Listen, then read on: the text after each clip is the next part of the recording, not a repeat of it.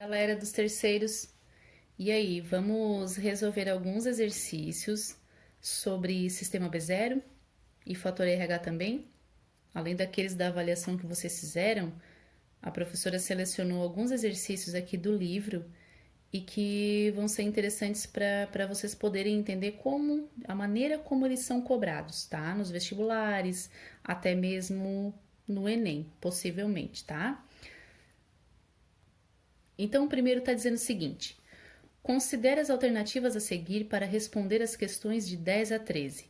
E aí eu tenho as opções: letra A, sangue tipo A, letra B, sangue tipo B, letra C, sangue tipo AB e letra D, sangue tipo O. A número 10 pergunta assim, ó: qual é o grupo sanguíneo cujas hemácias não aglutinam com nenhum dos dois tipos de soro, anti-A e anti-B? Meu Deus, como eu resolvo essa questão? Quando se faz tipagem sanguínea, quer dizer, eu vou num laboratório e vou saber aí qual é o meu tipo sanguíneo, caso eu não saiba. Como é que eles procedem? Eles vão colocar gotas de sangue aqui nessas lâminas. Então, uma lâmina porque vai receber o anti-A, outra lâmina para receber o anti-B e uma outra lâmina para receber o antifator RH. Então, você vai lá despejar a sua gota de sangue aqui. Tá? Vamos pintar aqui no meio, fica mais fácil. E aí, como eles vão colocar esses antes para ver em qual deles vai reagir, porque isso aqui é um processo de reação, né, de aglutinação. Na verdade, essas lâminas aqui é para ficar mais didático para vocês entenderem, porque se for analisar realmente a questão lá em hospitais, nos laboratórios de análises clínicas, essas tipagens elas vão ser feitas em tubo, que eles vão, né, fazer toda a mistura. E aí, claro que vai ter maior sensibilidade, maior especificidade, mas aqui a gente trabalha dessa maneira para ficar mais didático. Então eu pergunto a vocês: após eles misturarem esse anti-A e esse anti-B e esse antifator RH, vai haver uma mistura. Eles vão misturar aqui os soros, né? Os antes aí da vida, para ver se vai ocorrer aglutinação ou não. Vamos supor que nesse exemplo eu coloquei anti-A nessa gota de sangue minha e ela coagulou, provocou essa reação de coagulação. E aqui no B não aconteceu nada. E para se diagnosticar o fator RH, também ocorreu aglutinação. Então foi colocado aí, né, o antifator RH, ocorreu aglutinação. Pergunto a vocês: qual é o tipo sanguíneo desta pessoa? Tempo para pensar. Já pensaram? Qual é a resposta? Muito bem, quem falou que essa pessoa é do tipo A positivo. Por quê? Porque aglutinou com o soro anti-A e aglutinou com o soro antifator RH. Quer dizer, gente, se aparecer isso numa questão de vestibular ou do próprio Enem, onde ocorrer a aglutinação, significa que a pessoa é daquele tipo sanguíneo. A gente diz que aqui ocorreu uma reação positiva, porque ocorreu a aglutinação. E aqui também, uma reação positiva. Aqui aconteceu uma reação negativa, por quê? Porque não houve a aglutinação. Então, galera, nesse sangue aqui, por que ocorreu a aglutinação com o anti-A e não com o anti-B? Ora, se esse sangue eu estou atestando que ele é do tipo A, é claro que no sangue tipo A não vai ter anti-A, vai ter anti-B. Logo, anti-A vai reagir com o anti-B presente aqui no sangue. Aqui, eu coloquei o anti-B, mas como essa pessoa é do grupo A e tem o anti-B com o anti-B, tudo certo, né? Então não tem como ocorrer reação, porque essa pessoa tem o anti-B já no plasma. E aí, quando eu coloco o soro, não ocorre aglutinação. Por quê? Porque no sangue já existe o anti-B. O mesmo ocorre aqui com o antifator RH.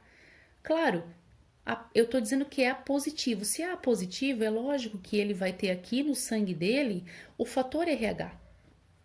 E se eu coloquei antifator RH, vai lutar contra o fator positivo que tem aqui dentro, né? Com esse tipo de proteína que existe aqui. Eu vou estar colocando um soro contra a proteína. É lógico que o sangue vai também ocorrer aí uma reação nesse sangue de aglutinação. Pessoal, eu fiz um esqueminha aqui para ficar mais fácil de entender. Bom, eu ia fazer antifator RH, mas esse aqui ou tem ou não, né? Então é mais fácil a gente trabalhar só com o sistema B0. Desse lado eu vou colocar o soro anti-A e desse outro eu vou colocar o soro anti-B. Aqui, cada uma dessas lâminas representa o tipo de sangue que a pessoa tem. Então aqui no caso, a pessoa do grupo sanguíneo A, se eu colocar anti-A na lâmina, vai reagir, vai provocar a aglutinação. Não vai reagir, não vai provocar, ou seja, aqui é uma reação positiva, né? Aqui não vai ocorrer aglutinação, uma vez que neste sangue eu tenho naturalmente no plasma o soro anti-B. Se eu colocar anti-B aqui, é lógico que não vai acontecer nada. Reação negativa. E agora, pensem comigo.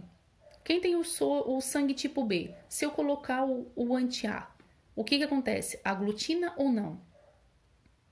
É claro que não. O sangue pode até se misturar ali, mas não vai ocorrer aglutinação. Por quê? Porque quem é do tipo B tem anti-A no plasma. Então é reconhecível, entre aspas, né? Esse sangue reconhece. E aí, se eu colocar anti-B, lógico que reage, porque essa pessoa não tem o anti-B, ela tem o anti-A. É um outro tipo de soro, tá? Então, reação positiva para esse e negativa para esse aqui. E quem é do tipo AB? O que acontece? Quem é do tipo AB tem esse mecanismo de, digamos assim, defesa no plasma. Vamos pensar lá naquela tabela que nós produzimos juntos naquele vídeo da semana passada. Galera, quem é do tipo AB não tem a aglutinina aí no plasma, nem anti-A e nem anti-B. Não tem esses anticorpos prontos, não nasce com nada disso aqui. Se nascer, vai lutar contra seu próprio sangue, não é? Então, o que acontece aqui? Se eu jogar essas aglutininas aqui, esse soro, numa pessoa que é do tipo AB, vai ocorrer aglutinação dos dois lados, certo? Vai ocorrer reação positiva aí dos dois lados, porque quem é do tipo AB não possui nenhum tipo de aglutinina aí, certo? Logo vai reagir. E quem é do grupo 0?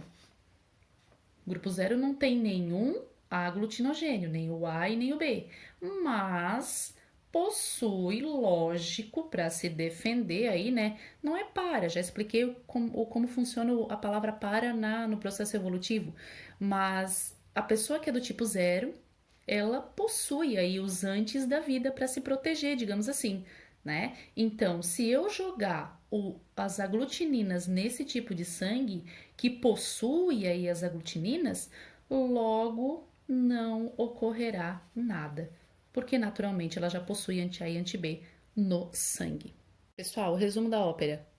Se aparecer aí nas questões de vestibulares alguma parecida com essa, que questiona sobre tipagem sanguínea e reações de aglutinação, vocês vão tratar da seguinte maneira: na situação em que ocorrer a aglutinação, a pessoa é daquele tipo sanguíneo, certo? Aglutinou com anti-A, a pessoa é do tipo A. Aglutinou com anti-B, a pessoa é do tipo B. Aglutinou nos dois, a pessoa é do tipo AB. Não aglutinou, ou seja, aquele sangue bem, né, sem graça nenhuma, não acontece nada, não aglutina, enfim, fica tudo a mesma coisa, oh, não aconteceu nada comigo, eu sou do tipo 0. Beleza? Agora a gente consegue responder. Vamos lá, número 10. Qual é o grupo sanguíneo cujas hemácias não aglutinam com nenhum dos dois tipos de soro, nem com anti-A, nem com anti-B? Qual é aquele sangue sem graça nesse momento? É lógico que vai ser aquela pessoa do tipo 0. Vamos trabalhar com 0, tá? Para vocês lembrarem que quem é do grupo 0 é porque não tem aglutinogênio, não tem aí nem a proteína, a glicoproteína do tipo A e nem do tipo B presente na membrana das hemácias. Aqui, nesse exercício desse livro número 11, hemácias que aglutinam tanto com o soro anti-A como com anti-B, pertencem a que grupo sanguíneo? Quer dizer, aquela que aglutina nas duas situações, reação positiva tanto para um quanto para o outro soro. É a pessoa do grupo AB, certo? 12. A que grupo sanguíneo pertencem as hemácias que aglutinam com o soro anti-A, mas não com o soro anti-B? Claro, se aglutinou com o anti-A, a pessoa é do grupo A. E aí, assim por diante, tá, pessoal? Se aglutina com o anti-B, a pessoa é do grupo B. Outro exercício, pessoal. Agora vamos fixar nas possíveis transfusões, tá? Uma pessoa do grupo sanguíneo A pode receber sangue de pessoas de que grupos? E doar para pessoas de que grupos? Então, quer dizer, eu sou do grupo A. Até já fiz aqui um esquema para a gente poder entender como funciona.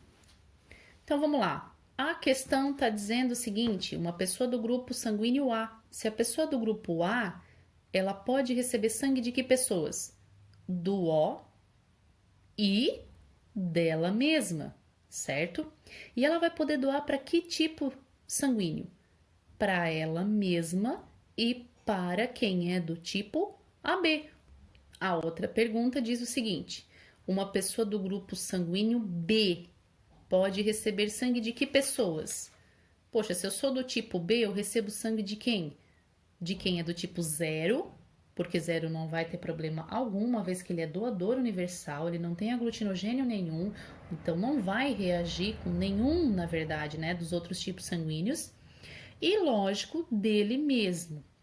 E para quem é do tipo B pode doar? Para ele mesmo e, igual como é do A, né, para o pessoal do grupo AB, seguindo as mesmas recomendações aí de quem é do tipo A. A número 16 aqui, ela fala o seguinte: uma pessoa do grupo sanguíneo AB pode receber sangue de que pessoas? E agora, pessoal? De quem que ela pode receber? De todos, né? Ela não é o receptor universal, porque não tem aglutinina nenhum, né? Nenhum tipo de anticorpo, ela não tem anti-A, não tem anti-B, não tem nada. Então, ela é considerada o receptor universal. Quem é do tipo AB tem essa condição privilegiada, pode receber do tipo 0, do tipo B, do tipo A e dele mesmo. Mas, tudo bem, até aí. Mas essa pessoa que é do tipo AB, ela vai poder doar o sangue dela? Se ela puder doar, ela vai doar para quem? Para ela mesma, né? Ela não consegue ser doadora para quem é do tipo A, porque quem é do tipo A, o mesmo quem é do tipo AB nunca vai poder doar para o tipo B, porque quem é do tipo B tem o anti-A.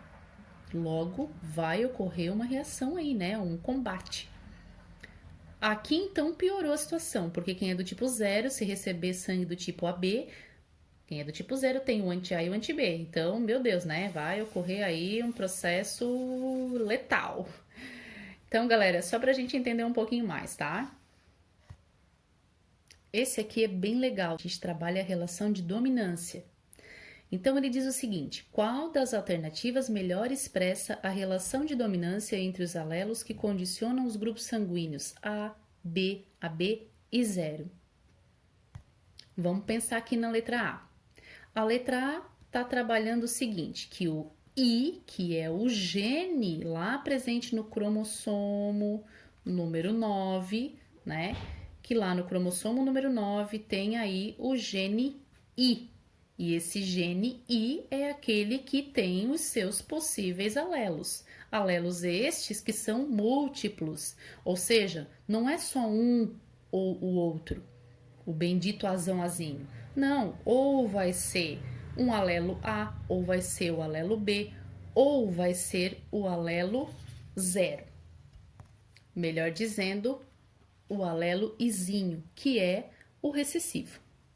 Então, quando a gente trabalha a relação de dominância, vamos pegar aqui, ele está dizendo na letra A que o IA, ele domina sobre o IB, que por sua vez domina o Izinho.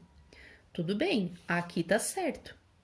Né? Se eu receber uma condição dessa aqui, desse gene produzir esta proteína, e vamos supor que eu recebi do meu pai e da minha mãe eu recebi o Izinho, é lógico que eu vou produzir a proteína B. Eu recebi uma condição gênica que eu consigo produzir um tipo de proteína para essa característica, tipo sanguíneo do sistema B0. Né? Agora, aqui eu não consigo falar que o IA ele domina sobre o IB. Se eu recebi IA do meu pai e IB da minha mãe, eu não vou expressar só um ou outro, eu acabo expressando os dois. Lembram? Codominância, lá nos alelos múltiplos. Então, pessoal, não há relação de dominância entre o IA e IB. Então, a letra A está errada. Letra B também está errada, porque tem essa mesma condição, e ainda se iguala com o recessivo, né? Pior ainda. A letra C.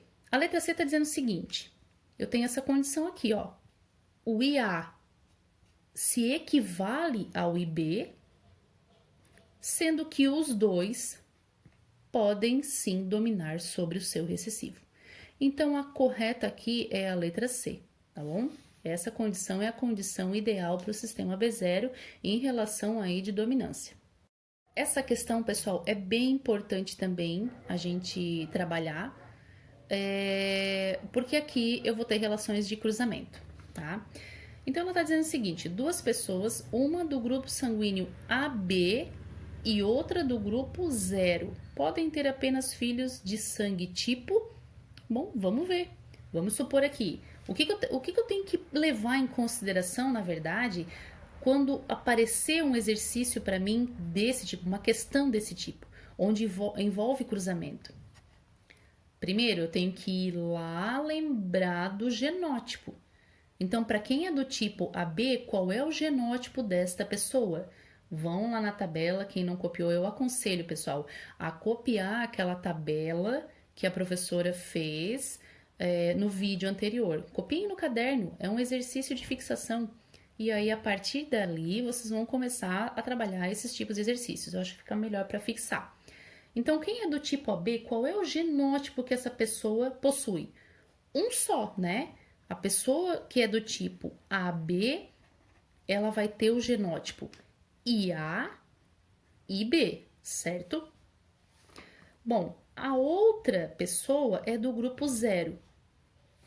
Qual é o genótipo de quem é do grupo 0? Vai cruzar com quem é do grupo 0. Quem é do grupo 0 é porque não tem, né? Não carrega o gene aí que produz nem glicoproteína A e nem glicoproteína B. Logo, ele é o recessivo, ele recebe o gene para essa característica, claro, o gene I, só porque na sua versão recessiva, onde ele não irá produzir nenhuma das proteínas aí, tá bom? Então, o genótipo dessas pessoas é esse aqui, ó. A pessoa inicial é Izão A, Izão B, e a outra Izinho, porque ela é do grupo 0. Então, eles vão poder ter filhos de que tipo sanguíneo? Lembram do quadrado de Pinet? Então, vamos lá, vamos montar ele aqui. É a partir dessa construção que a gente vai entender como que vão ocorrer aí os possíveis encontros entre os gametas. Vamos colocar aqui a primeira pessoa, ela é IA e B, e esta outra é Izinho, independente de quem é pai e quem é mãe, tá? Bom, vamos supor que essa pessoa seja o marido, né? Vai produzir espermatozoides carregando essas duas opções. Ali, a mãe, ela vai produzir 100% dos seus óvulos carregando uma única informação. Que informação? A recessiva. Logo, os óvulos dela vão contribuir para essa característica tá? Que é aquela onde irão produzir os filhos hemácias, onde na sua membrana plasmática não terão a condição de expressar proteínas nem A nem B. Se este espermatozoide fecundar este óvulo, nascerá o filho aí, isão A, izinho. Se este espermatozoide fecundar este óvulo, nascerá da mesma forma uma criança isão A, izinho. Aqui, isão B, izinho, isão B, izinho. Quer dizer, eu tenho aí 50%, vamos colocar em percentual, da criança nascer A, do tipo A, porque ela vai ser A, izinho. Logo, este domina sobre o seu recessivo. Mas também terá a possibilidade de nascer um filho do tipo B. Então, ó, pessoal, crianças do tipo A ou do tipo B, tá? A e B. Logo, a resposta correta é a letra C. Os filhos poderão ser, né, do tipo A e do tipo B. Olha essa pergunta que interessante também.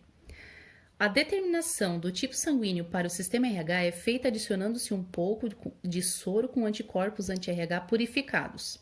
Pergunta-se, caso o sangue em contato com o soro aglutine, o indivíduo testado será... Determine a alternativa abaixo que responde corretamente a pergunta. E aí ele está colocando, né? A letra A, AB, a letra B, RH negativo, letra C, RH positivo, letra D é tipo 0 e E, tipo A. Se você, aluno, não souber que sistema B0 é condicionada por um gene que condiciona esta característica e fator RH é um outro gene que condiciona esta outra produção desta outra proteína, você vai se embabacar aqui. Se eu tenho essa situação de dois genes diferentes atuando para sistemas sanguíneos, é claro que eu não vou levar em consideração o que é do sistema B0. Eu vou levar em consideração somente aquelas respostas que contemplarão este gene, que dá a condição de o indivíduo ter ou não a possibilidade de produção de expressão dessa proteína, RH, tá bom? Então aqui, aglutinou, ele colocou o anti-RH no sangue e este aglutinou. Se aglutinou é porque ele é positivo. Simples assim, pessoal. Pessoal, essa questão aqui, ó, a número 7, ela é fundamental para a gente poder trabalhar uma ocasião que pode ocorrer aí, entre o feto e a mãe, que a gente não viu ainda. Então vamos lá, tá dizendo o seguinte: no segundo parto de uma mulher, o feto apresentou o quadro de hemólise de hemácias, conhecido por doença hemolítica do recém-nascido, a DHRN, ou eritroblastose fetal. Considerando o fato de que essa mulher não foi submetida à transfusão de sangue em toda a sua vida e teve seu primeiro filho sem nenhuma anormalidade, analise os genótipos descritos no quadro apresentado, este quadro aqui, e determine a alternativa que indica, respectivamente, olha a palavrinha mágica aí, os genótipos da mãe, do primeiro filho e do segundo filho. Como é que eu resolvo isso, professor? O que é eritroblastose fetal? O que é essa doença hemolítica do recém-nascido? Bom, antes de a gente ir para o quadro e as alternativas, vamos dar uma olhada no que é isso aí, né? O que é essa doença que pode ocasionar aí nas mulheres. Na verdade, nos filhos. Essa doença, pessoal, é uma doença que envolve o fator RH, esse gene, essa condição genética que algumas pessoas têm essa proteína e outras não. Na verdade, ocorre nas mulheres, né, com aí a possibilidade de mulheres negativas, tá? Então, o que que é isso? Essa incompatibilidade materno-fetal quanto ao sistema RH. Os anticorpos, os anti-RHs, eles não ocorrem naturalmente no sangue dessas pessoas negativas. Agora, se elas forem sensibilizadas, é lógico que ocorre aí, né, uma reação. Ou se a pessoa for sensibilizada com um sangue positivo, ou então no caso de uma gestação de um filho positivo. Claro, filho positivo porque herdou a mesma característica aí, né, o gene, na verdade, do pai, uma vez que a mãe é negativa. Qual é a situação? Mãe negativa, por exemplo, eu sou RH negativo, eu não tenho esse tipo de proteína presente na membrana da minha hemácia. Então, ocorre se a mulher for negativa e gesta uma criança positiva para o fator RH. Na primeira gravidez, tudo certo. Eu até vou ter um contato com o sangue dele via placenta, ele vai passar algumas hemácias dele para minha circulação e aí eu começo, né, a produzir anticorpos contra esse tipo sanguíneo que está dentro de mim, mas não de maneira exagerada. Eu estou iniciando, meu organismo está começando a iniciar uma resposta imunitária contra esse tipo de sangue que eu entrei em contato e que é diferente, tem algo diferente que o meu não tem. Lembrem, eu não tenho RH, mas a criança que eu estou gestando tem. Mas na minha primeira gravidez não tem problema, eu estou criando respostas imunológicas. Né? Tudo bem, eu ganho este bebê e na hora do parto há uma maior mistura de sangue materno com o sangue da criança. É nesse momento que o meu corpo então irá se munir de anticorpos contra uma próxima gestação que eu tiver. Né? E aí, nessa segunda gestação, é claro que o meu organismo já vai estar pronto com anticorpos produzidos, porque eu já criei aí uma resposta imunológica. Eu já tenho ela pronta, né? A minha memória imunológica já está fortalecida. Eu já tenho anticorpos anti-RHs suficientes para que numa segunda gestação, se este filho de novo for positivo, eu, como tenho acesso e encaminho a este filho, a este feto, os nutrientes via placenta, via circulação sanguínea, além dos nutrientes, eu vou estar encaminhando a ele também anticorpos anti-RHs. E aí esses anticorpos irão lutar contra esta criança que está sendo gerada aí, né? Então, numa primeira gestação, tudo certo, tudo bem, eu só vou criar resposta imunológica, ela vai ser fraquinha, vai ser pouquinho. Mas quando eu ganho, é claro que ela se acentua, né? E aí eu tenho uma produção muito forte de anticorpos. Numa segunda gestação de um filho de novo positivo, é claro que eu já vou ter aí a resposta prontinha e eu vou lutar de imediato contra esta criança.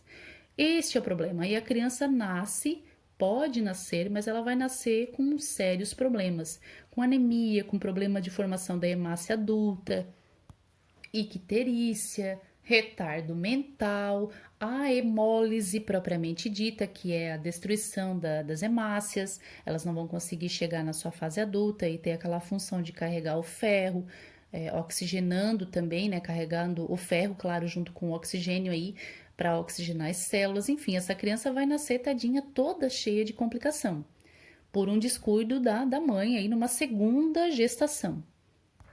E por que eritroblastose fetal? Feto por conta da formação inicial da criança, do bebê. E eritroblasto, aí, né? Eritroblastose é porque para compensar a destruição das hemácias que vai estar ocorrendo ali, o corpo libera eritroblastos. O que é eritroblastos? São formas jovens, imaturas, na verdade, de hemácias, lá na circulação do recém-nascido. Tudo que terminar com blasto, lá na embriologia, significa imaturo, não está ainda na sua fase adulta, exercendo a sua função. né? Qualquer tipo de célula que tem o final blasto, ela vai ser considerada dessa maneira. Então, por isso eritroblastose, né? Esse conjunto aí de sintomas, ele vai caracterizar a doença conhecida como eritroblastose fetal, tá? Por conta aí da liberação desses eritroblastos na circulação da criança que vai nascer, claro, doente. Só que, claro, né, pessoal, a ciência trabalha ao nosso favor. E aí, hoje em dia, existe um tipo de injeção que é aplicado na mulher no momento do parto, que é uma injeção contendo anticorpos anti-RH. E aí, no momento em que ela dá à luz, eles já fazem esse procedimento, que é para que esses anticorpos eles se combinem com os antígenos presentes nas hemácias do feto, que é positivo, e aí quando entrar na circulação materna, ele vai evitar a sensibilização da mulher. Acho que agora, depois da explicação, a gente consegue sim analisar essa questão, né? Então, quer dizer, tá perguntando o seguinte: considerando o fato de que essa mulher não foi submetida à transfusão de sangue, ou seja, ela não teve esta mulher que está gestando um filho positivo e ela é negativa, ela não teve contato com um tipo de sangue diferente do dela quanto ao fator RH, né? E é o primeiro filho dela. Então, ela está pedindo assim, ó, para analisar os genótipos descritos no quadro apresentado e determina a alternativa que indica, respectivamente, os genótipos da mãe, do primeiro filho e do segundo, quanto ao fator RH. Quer dizer, a mãe é negativa, porque essa situação só ocorre em mães, né, em gestantes negativas. Então, eu trabalho aqui a letra A, que está trazendo que a mãe é negativa, a letra B, a letra C. Essas duas últimas eu nem penso. Certo. E o filho? O filho tem que ser o quê? Positivo. Eu não tenho a proteína, o meu filho tem. Esse é o problema, tá? Então, o filho, na primeira gestação, positivo, que fez com que eu me sensibilizasse. Onde é que eu tenho, então, mãe negativa, filho positivo? Qual é a situação? Letra A me dá essa possibilidade? Não. Letra A traz que o primeiro filho é negativo. Se o primeiro filho for negativo, tudo certo, né? Letra B, mãe negativa, filho positivo. Opa, vamos ver aí. E letra C também. Então, eu trabalho só com letra B e letra C. A letra A eu já descarto também. Vamos por eliminação, pessoal. É muito mais fácil, tá? E o segundo filho, ele tem que ser o quê? Negativo ou positivo? É lógico que também tem que ser positivo. Eu vou estar aí no meu segundo contato. É por isso que pode ocorrer. Claro, se eu não receber aquela injeção de anti-RHs, né? Se eu não tiver o cuidado. Então, a situação é mãe negativa, negativo, a gente trabalha sempre o masculino, não se leva gênero em consideração. Mãe RH negativo, primeiro filho RH positivo, segundo filho RH positivo. Então a resposta correta desta é a letra C. Vamos finalizar trabalhando essa questão, a número 8. Ó. Um casal teve uma criança com eritroblastose fetal. Se ele teve uma criança com esse problema, é porque a criança é positivo. Vamos trabalhar. E a mãe é negativo, tá? Quem gesta é mãe, não é pai, então a mãe é negativo. Vamos procurar mãe negativo? Onde elas se encontram? Letra A não, letra B não. Elimino letra A e letra B, trabalho com C, D e E, que é onde dá essa condição para mim. Bom, eu também sei que a criança vai ter esse problema se ela for positivo. Então, criança positivo, mãe negativo, criança positiva eu tenho na letra C e na letra E.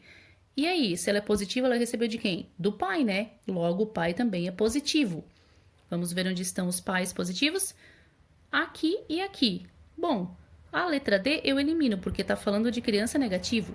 Então, eu não trabalho com letra D, vou trabalhar com C e E. A letra C tem mãe negativo, pai positivo, criança positivo.